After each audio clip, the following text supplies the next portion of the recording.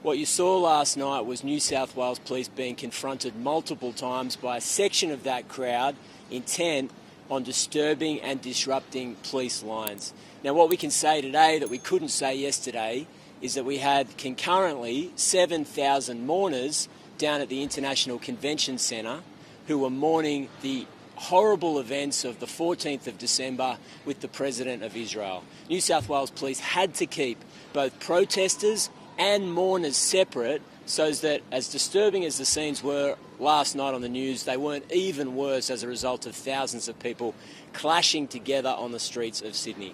What we saw was a large number of people come out to George Street at the end of the protest, or certainly at the end of the speeches, and march on police. Not once but twice.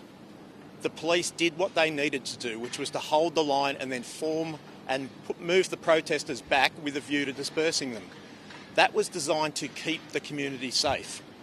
Having an angry and violent mob marching on police is not a situation that I want our officers in.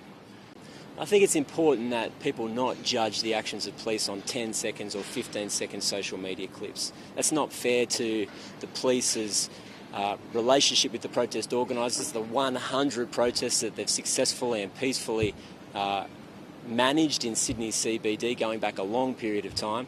And it doesn't take into consideration the immediate situation prior to that confrontation. What we saw last night was a monumental failure. You only have to look at what took place. The police created a literal pressure cooker. They surrounded people at Town Hall. There were no safe avenues of dispersal.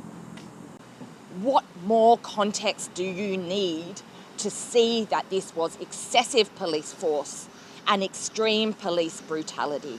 There is no context. Again, I told them I was a member of Parliament. I couldn't go forward because there was a group of people there that I would be trampling on if I did. And then the next thing I knew, I had this force on the right of me.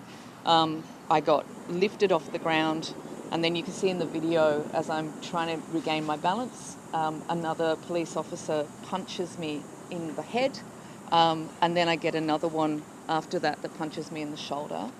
I don't understand how that is a proportionate response.